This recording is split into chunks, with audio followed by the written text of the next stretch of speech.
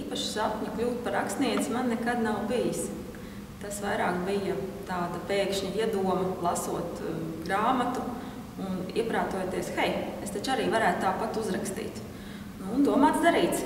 Sāku meklēt, kur ir kādi konkursi, kur varētu piedalīties. Un tātad apmēram 2 gadus pēc šīs pirmās iedomas arī ir iznākusi mana pirmā grāmata.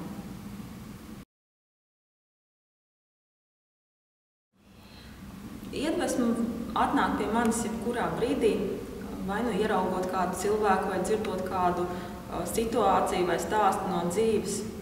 Un, nevar teikt, ka kaut kādā speciālā veidā iedvesma pie manis atnāk. Tas ir tas, kas ir mums apkārt. Vienkārši jāskatās un jāklausās.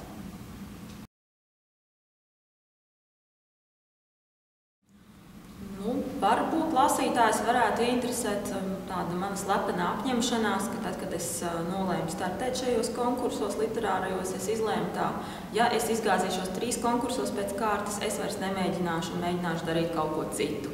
Bet, paveicās jau pirmajā. Paveicās arī 2. un, godīgi sakot, es uzzināju, ka ir paveicies arī 3. pēc kārtas. Tā kā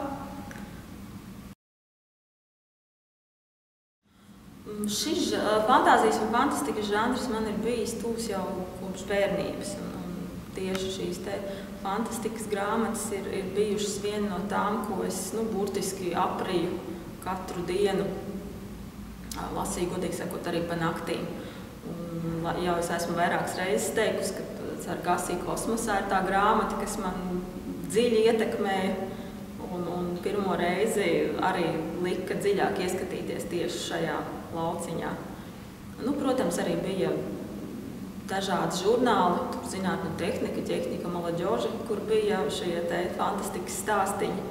Un tad kaut kā pamazām es sapratu, ka tas ir arī ļoti interesanti, ka pašam izdomāt šo pasauli, aizpildīt ar varoņiem, ar notikumiem, ar sociālo struktūru, ar vēsturi viņu. Tas ir tiešām interesanti.